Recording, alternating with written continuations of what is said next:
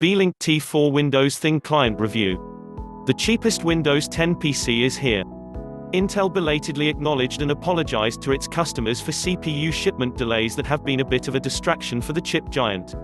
Smaller vendors outside of the usual suspects, Dell, Lenovo or HP, have had to make do with scraps. Beelink is one of them and has been forced to be very creative in finding parts for its latest entry-level Windows Thin Client, the BT4, not to be confused with the BT4 or the BT3 Pro. This is why they didn't have any other choice but to use a processor that will be 5 years old next year. The Chinese PC manufacturer is not an unknown quantity. Over the past 3 years we examined the Beelink L55, the M1, the A1 and the BT7 and they all left a good impression during their reviews. The T4 is tiny at 106 by 106 by 17.7 mm. It feels solidly built out of a black matte plastic shell and has plenty of holes all over its enclosure to keep it cool. It won't win any awards with its conservative design, but at least it is utilitarian. Other than its proprietary power port, it comes with two USB 3.0 ports, a USB 2.0 one display port, yes, a DP, an HDMI port, a gigabit Ethernet and an audio jack plus a power off button at the front, one that lights up when the device is on. There are no card readers. Because of the ongoing stock issues with Intel processors, Beelink has had to opt for the Intel Atom X5Z 8500. This is an obsolete CPU, let's not kid ourselves, one based on the Cherry Trail architecture with 4 cores, a base frequency of 1.44 GHz, 2 MB cache and a TDP of 2W. The rest of the hardware specification is very much what you'd expect from a computer that costs not a lot more than $100, 4 GB LPDDR3 memory, 64 GB eMMC storage, Bluetooth 4.0 and 802.11 AC. There were 2 HDMI cables in the box that came with it as well as a VESA bracket to place the device behind the monitor. The whole thing is powered by a 12W, 5 volts, 2.4A power supply unit, which means you could potentially use a portable battery charger to get it running, with some simple DIY.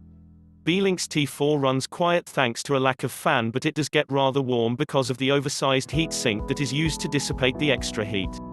In terms of performance, it was slightly worse than what we'd expected, which we think is partly due to its abysmal storage subsystem. The eMMC storage hit double digits on write speeds, the first time we had something that slow for the past year or so. This helps explain why the BT4 is near the overall bottom list when it comes to general performance. The biggest surprise of the day has to be the inclusion of a DisplayPort connector, something you don't find on products in that price range, and although we didn't test it, you should, in theory, be able to run 2 4K monitors, albeit at 30 Hz. Don't expect any gaming though, just bog standard office tasks or even for interactive displays. If $110 is all you can afford to buy a computer, then the BT4 is a compelling offer, although spending a bit more can, as you'd expect, bring better performance. The BMax B1 has a faster Celeron N3060 processor and an extra USB port. On top of that there's a spare M2 slot and a VGA port, great if you want to use a legacy projector or screen. It costs a tenner extra and would be our preference if you don't need a display port. We did not review the Beelink BT3, but on paper, it looks like the best of the lot thanks to a Celeron J3355 CPU which has a much higher base clock speed. It also supports a SATA storage device like a 2.5-inch hard drive, plus it has 4 USB 3.0 ports and 2 HDMI connectors.